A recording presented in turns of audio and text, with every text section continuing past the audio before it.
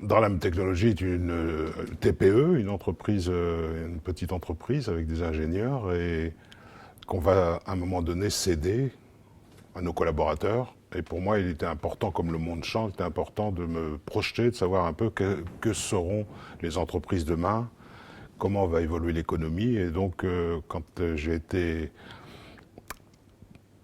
informé de cette nouvelle forme d'économie, d'économie de la fonctionnalité, ça m'a intéressé. Donc, je me suis engagé dans un plan de formation organisé par le CJD et l'ADEME. Disons que ça permet de se poser des questions sur...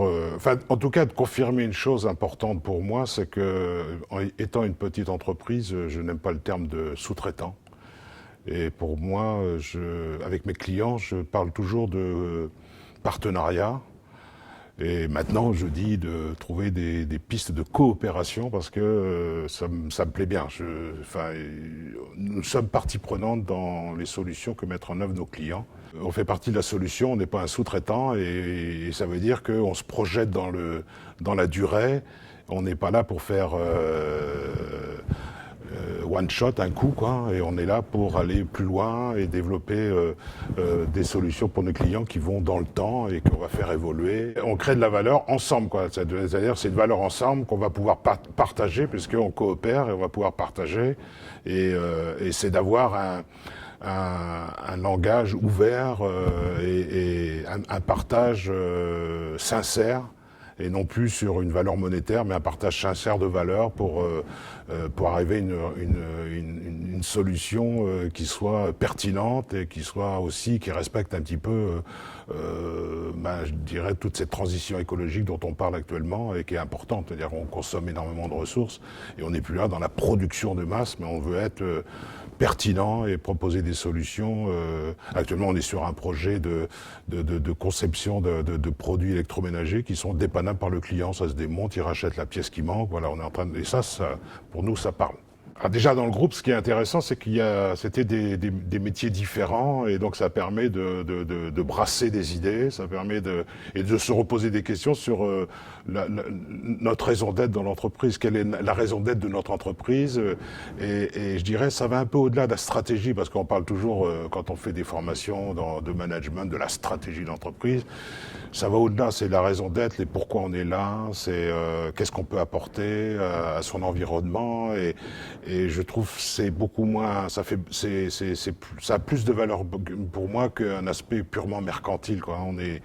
Il y a du fond, quoi. Il y a du fond dans cette démarche. Et ça, bien sûr, ça pose plein de questions et ça remet en cause et on n'a pas les solutions. Ça tombe pas du jour au lendemain. Donc c'est un long chemin. Donc c'est ça qui est intéressant. Ça a permis aussi de mettre en valeur que on avait ce qu'on appelle les ressources immatérielles, on apportait des solutions à des clients qu'on valorisait pas, quoi. Enfin, et que même le client, il s'en rendait pas compte de tout ce qu'on pouvait lui apporter. Donc ça, et ce que j'ai découvert aussi, c'est d'être capable d'en parler avec les clients, alors qu'on avait tendance à dire, faut surtout pas parler de ça, alors que c'est de pouvoir échanger. On peut pas le faire avec tous, hein, mais quand on peut le faire, c'est quand même valorisant et intéressant.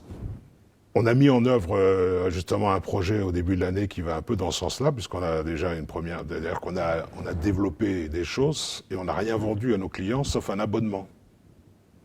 Et donc on a aujourd'hui, comme on a des connaissances dans les objets connectés, on a vendu un abonnement sur 3 ans, un abonnement mensuel à un client où on met à disposition, on lui envoie des informations tous les mois, enfin tous les jours, hein, sur ces équipements qui sont répartis en France.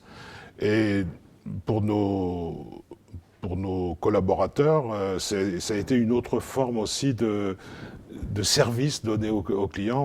On ne fait pas un développement ou on ne vend pas un produit, il y a de la continuité. Et donc ça, ils sont motivés parce que ça donne de l'intérêt aussi au travail. C'est motivant, quoi. C'est vivant, quoi. Nos ingénieurs sont toujours dans l'innovation, mais on est au-delà de l'innovation technologique, on est aussi au niveau de l'innovation d'usage, quoi. Donc ça, ils percutent bien, ils sentent bien les choses à ce niveau-là. Pour moi, la pertinence du modèle, c'est qu'en fait, on s'intéresse à la transition écologique, on s'intéresse aux ressources matérielles, on s'intéresse aux ressources humaines pour, je dirais, pour faire mieux, quoi. Enfin, pour moi, c'est pertinent. On est en pleine mutation. Il y a un changement de paradigme qui va s'opérer. Et je dirais, l'économie de la fonctionnalité, pour moi, va dans ce sens.